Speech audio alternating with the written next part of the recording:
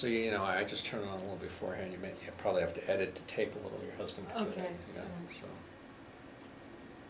It's raw, you know, I don't have any editing skills and Right, anything like right. that. So I just put it on so I don't forget. Uh-huh.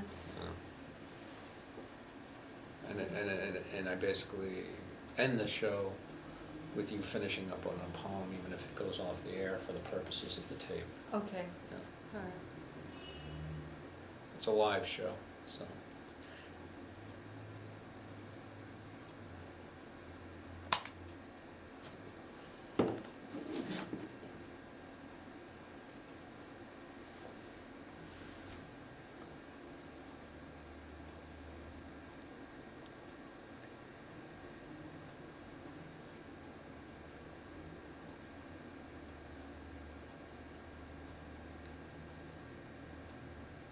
It's a really good station. But how many people does it reach? Well, ideally, you know, 28,000, Oh but, my God. but that's probably much less than that. Good afternoon. My name is Doug Holder. We're going to move up a bit. And I'm with my guest, Judith Katz-Levine, very accomplished poet, and a lot of great publications. I'll read you a brief bio of Judith. I do have it here, and now it's missing, of course. Judith Katz-Levine's recent chapbook, When Farmers Swim, The Dice Are Cast, was published in 2009. Have you anything since then, in 2009? By Aha Dada. Aha Dada Press. Yeah, yes. I was in a magazine, Aha Dada Press, with you online, remember? That's right. Yeah. Uh-huh, Eclexographia. Uh-huh. Is that the latest chapbook that you have? Yes, it is. Okay. She is also the author of two full-length collections, Ocarina, and I think we reviewed that, didn't we? Yes. Yes. And When the Arms of Our Dreams Embrace.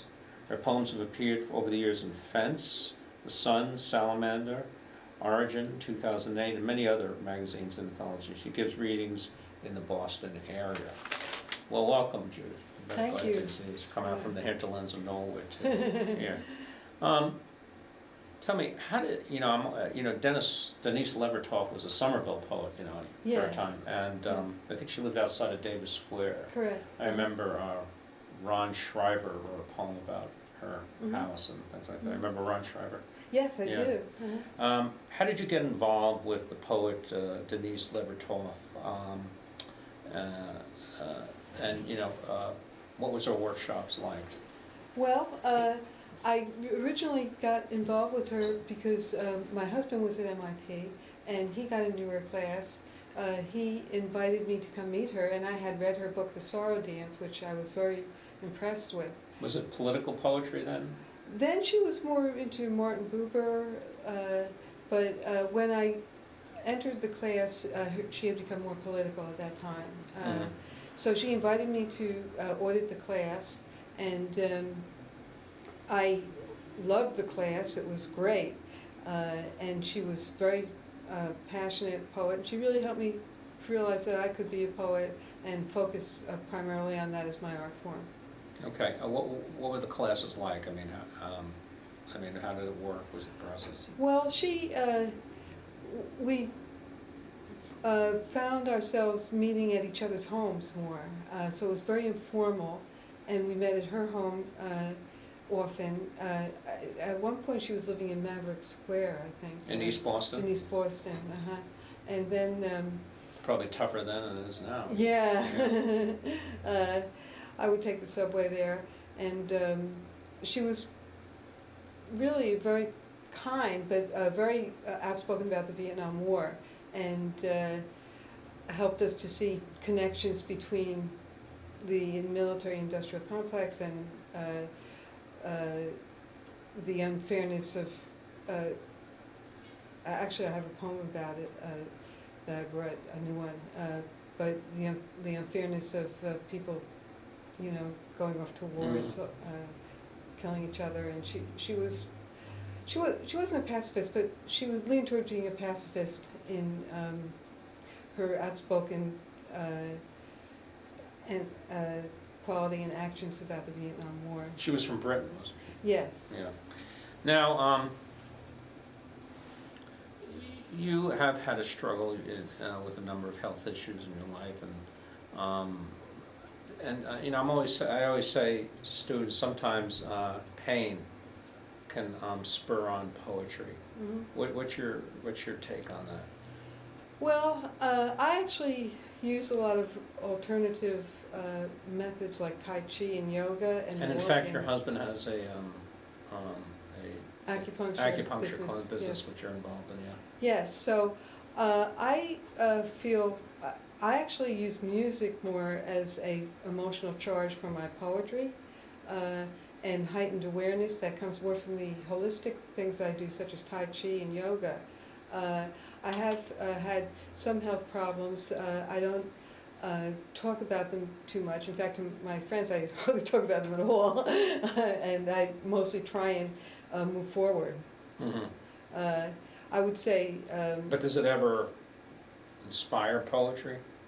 On occasion, I've written about, for example, I have a thyroid issue, you know, so I developed that at age 12. So I did write a poem about that I showed Sid Corman. I had a correspondence with Sid Corman. Oh, okay. And he felt it was, you know, a little personal and everything. He was very cryptic in his poetry, but I would say that You was more confessional type of thing? yes, he thought I was somewhat confessional in that area, and I would say writing is a wonderful release Mm-hmm. for any kind of struggle, whether it be illness or loss.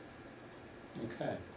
I was just walking down the street and I saw my dear friend Gloria Mindock and her husband Bill, not her husband, partner, significant other, Bill, walking down on Union Square, and they're a publisher here, a very prominent publisher here in Somerville, and not only a national reputation, but a member of the bagel bars and all this. Mm-hmm. And they published a book of yours, didn't they? Or they are publishing a book?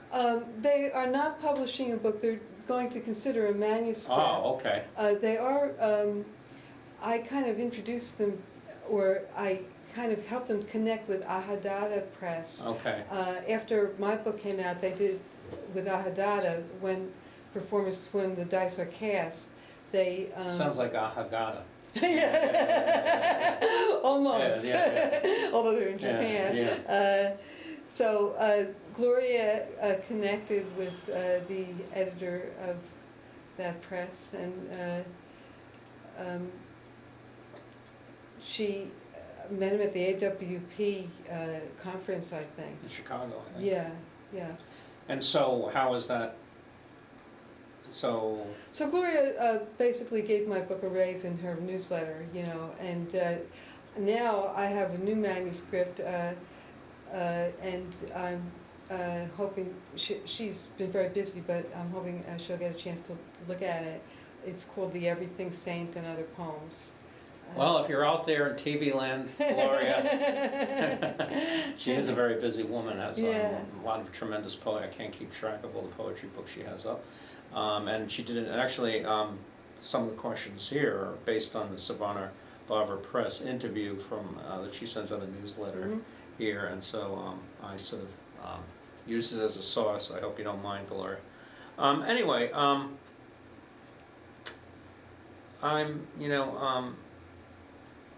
have you, I want to know, a lot of the poets here that I interview are in academia or teach on the college level or things like that. How about yourself? I mean, do you have a big teaching career? I mostly divide my creative endeavors between music and poetry.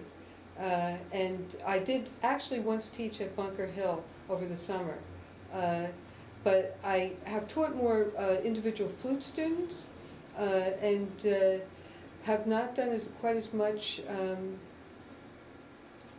work as a teacher because I never got a master's degree. I instead chose a path of taking odd jobs and learning about people and writing about people. So I mean, how did you start? I mean, when you were starting out as a writer, for many of our young writers in the audience, and what was your life like? I mean, trying to make a go of it. Were you married just right out of college, or? I was. Oh, okay, so, but Uh-huh. how are you, I mean, you were working and all I that. worked in model cities, I worked for legal services, I worked at a Baptist nursing home, I worked, my best job was at an early childhood center. I had a way with children, and the creativity and the flute helped. I would write about the kids, but with privacy issues in mind, and have had many different kinds of jobs in addition to helping my husband. I guess Denise actually wasn't really favorable about the MFA program, so I took her advice. Weren't they in the infant stages then, even? I mean, there weren't that many MFA programs in the late 60s or so. When did you get out? You got out in the 70s, right? Early 70s? Yeah, I was in her class 69, so 71 I graduated from Simmons. So, I mean, MFAs weren't really big then, were they? They really weren't. I think Iowa was a big, Yeah, the big one. area. I did go out to a conference with her in Colorado, and I met Richard Hugo there. Oh, okay. And Is he I thought he was in Montana, I don't know why. he was at this conference in Colorado in Boulder But he was from Montana, He was from Montana, yes. And he was a great guy. I just met with him once, and he told me one of my poems, he liked some of my poems, and some he said, these are too normal, He was funny. But in terms of going on to grad school, I took a few courses in early childhood, and again, worked with the children successfully, and I was not as happy at working with in a law firm, so I moved on from that. Oh, yeah. Yeah.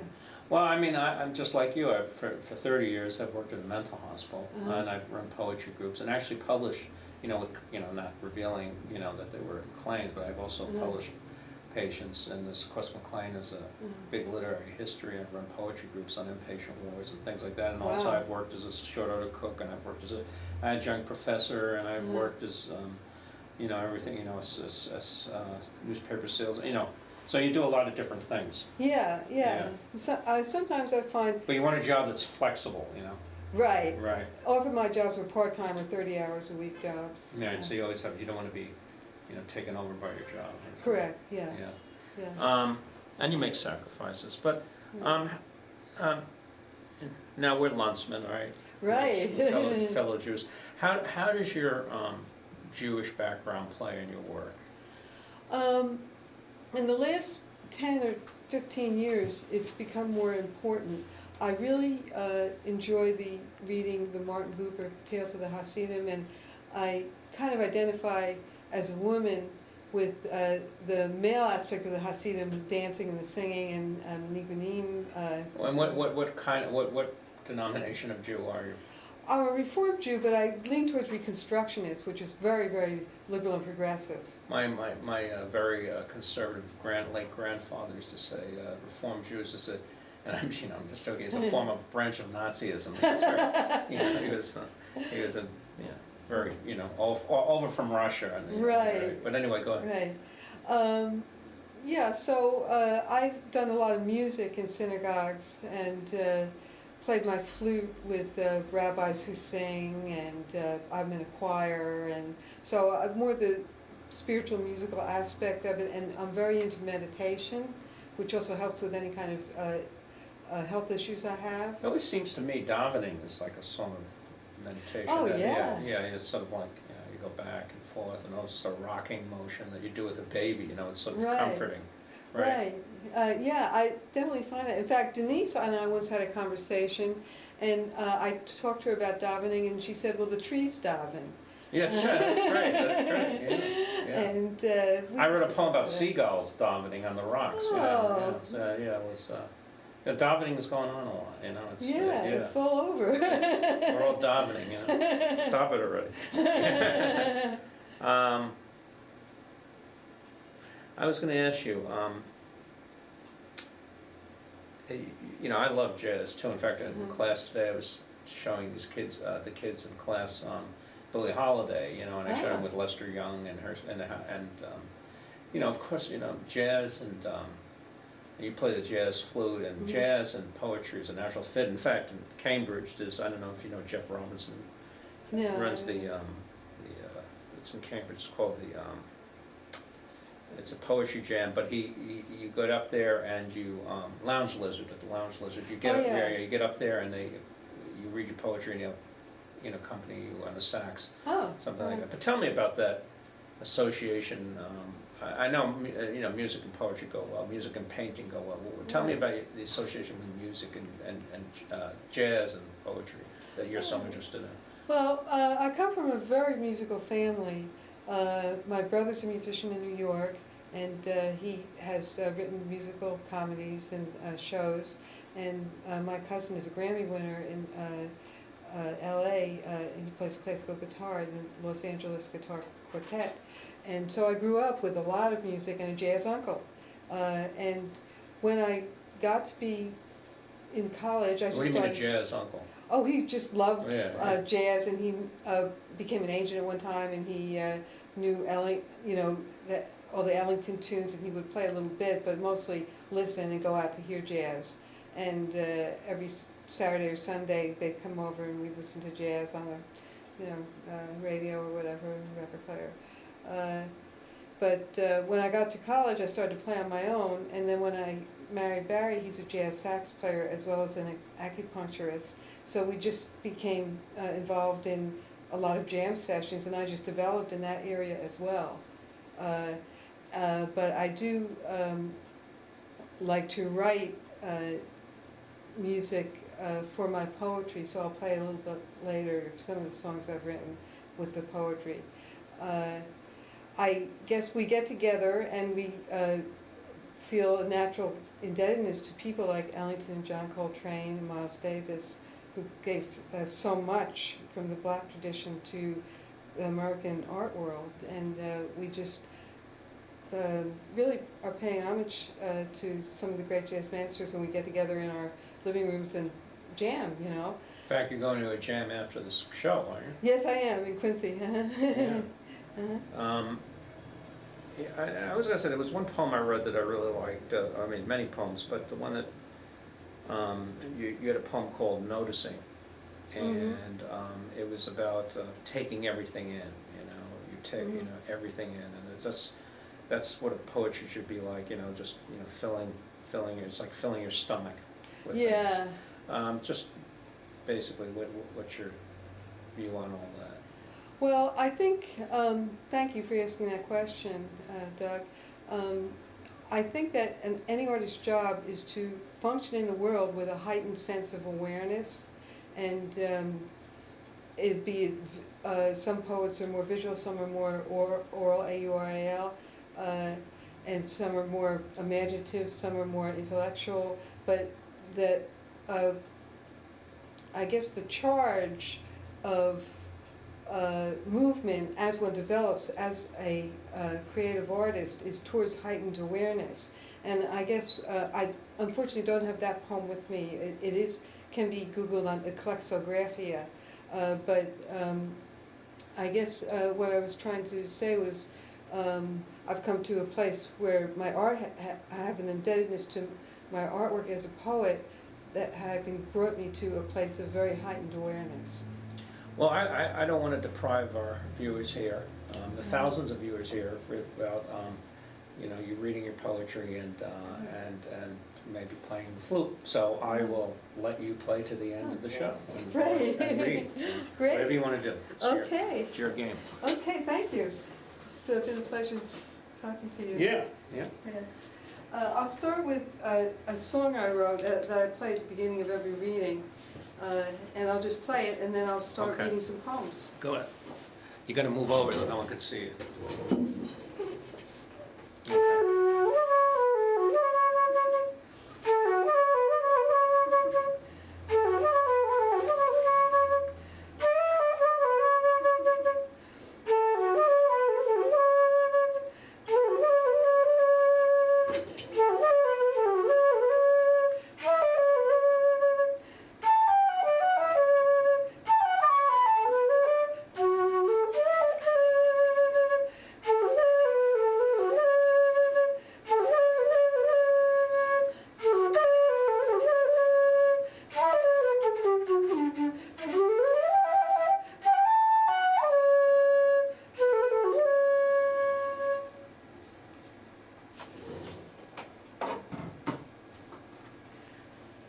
I'm going to read a poem now from my father, who was a shortstop and a semi-pro baseball player in Newark, New Jersey, in the Sandlots.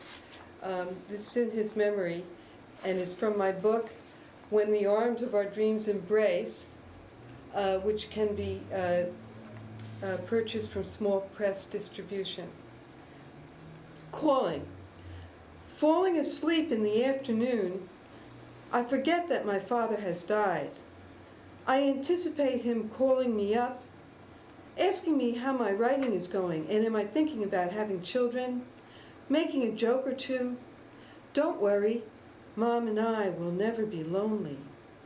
Then I fall into deeper sleep. He loses me, traveling in his car, the green Chevrolet, to old baseball fields which are sweet with ryegrass and lush stadiums.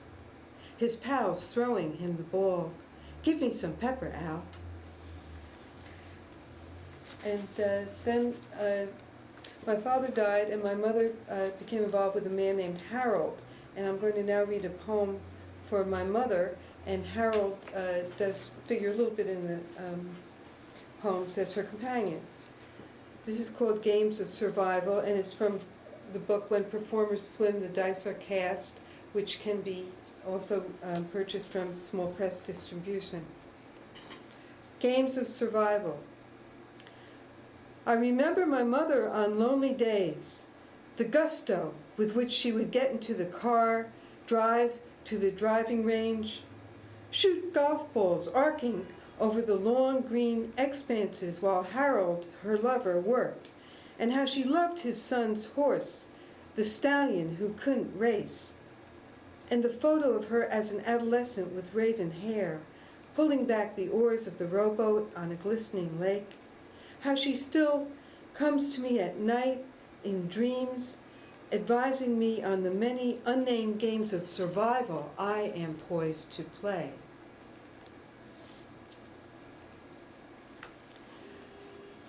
The next poem I'd like to read was actually a part of a series of poems that Denise Levertov helped to get published, that were a series of poems on careers: the janitor, the bookkeeper, the salesman, and the umpire.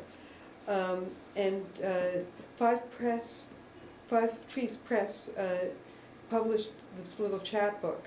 This one is called The Janitor, and it also has a little of my father in it. He worked actually as a insurance manager, and it was a tough job. And it also So has... did Wallace Stevens, didn't he? Yes, yes, that is a connection. The janitor. The janitor who waits under the skyscraper wears a crushed hat which holds a semi-smile in its rim.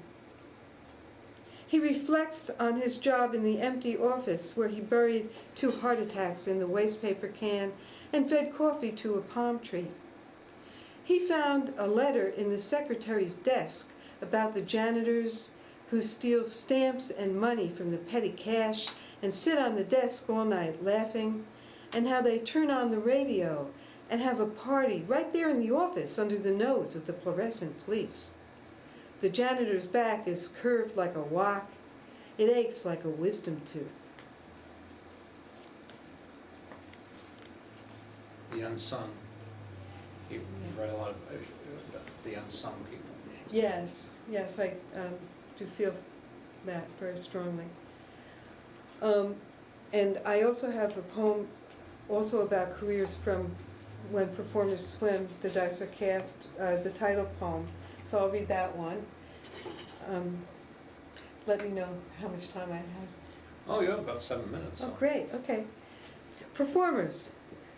When performers swim, the dice are cast. Sounds like a piano doing ragtime. Echo of the voice of a clown across the sea. When performers laugh, the trees whistle as if hearing. Jugglers on sand dunes remember. When performers tango, stages turn into bridges, an aster in a garden blooms. When performers teach, a taut drum vibrates, A Native American flute holds its breath.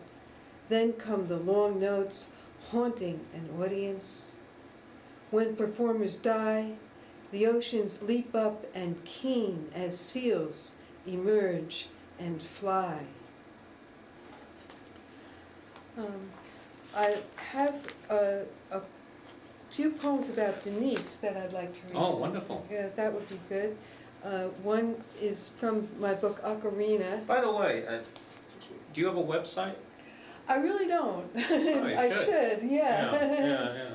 Yeah. I think. But your books are available on Amazon, I imagine. Yes, they are. Other places, right? Yes. Barnes and Noble. Yeah. Yes, they are. Okay, this one is. I like to write about my dreams, and this was a gift of a dream that came to me about Denise Levertov, my primary mentor. Dream in memory of my poetry teacher, Denise. We are in an apartment with the awareness flooding us with light, or it may be my kitchen or hers. I offer her some tea and she accepts. There are herbs with large root bowls on the counter. She begins to make tea from the herbs, much like my husband's Chinese teas. We are not ready to drink yet. A feeling of rapture overcomes me. Children appear at the window. She doesn't want them to take up her time. Then this poem, some people love it and some people it makes it a little uncomfortable. It's a very contemporary poem and mentions the war in Afghanistan and Iraq. It's called Denise and Her Work Against the Vietnam War, and it's my personal memories of her as she struggled with this issue. Denise and her work against the Vietnam War. We eerily recall the pacifism of our teacher. Those who remember as well as those who have forgotten her. Her drive towards an infinite garden, her fierceness and fire in fighting against the war. Standing on her stoop, questioning my own motives in the twilight, she nodded. Don't brush it away, your questions, your doubts. Now the limbless come home. The hospitals are a barren solace of impotence. Though she is gone, we recall her driven actions, the marches, time and time again, up the rises, up the mountains, with slogans too far gone to be accepted by any worried parent. Now the soldiers, servants, arrive home from Afghanistan, Iraq, trembling at a breeze as if the leaves were covered in blood. We question ourselves. Though she could not plumb our depths, she could move us far up the mountain. Let's see, how are we doing here? A few more minutes, yeah. Okay. I have a poem about the Shoah I can read, or one about pregnancy. Well, I always see so many young mothers around here in Union Square, so how perhaps about pregnancy? This one was written, I was an editor for a while of Noctiluca magazine, and I published a book. Where was that based? That was my magazine. It was based out of Norwood. And Miriam Sagan, she's out in the Southwest now, isn't she? She's in Santa Fe. Yeah. We discovered we were pregnant together, and we wrote a book together on pregnancy and women artists. And we're off, but for the purpose of the tape, why don't you read the final poem? Okay. Gazelle for Miriam. Where are the letters that came in profusion when I lived in another house and didn't hide anything? You remind me of when my son's lips were cyclamen petals, when a room was a uterus that heals. Drunk with noon and the quarrels of children, I call you when I'm pregnant with words. Cruising after a teacher's meeting, tremors ghost through my hands. Moan of Bessie Smith, flesh of Gabriella Mistral, of Akhmatova whose lips graze my knuckles, driving home on a highway crushed in light. Thank you very much, Judith. It's my pleasure. This is great. Okay, so I'm gonna finalize this now. Okay.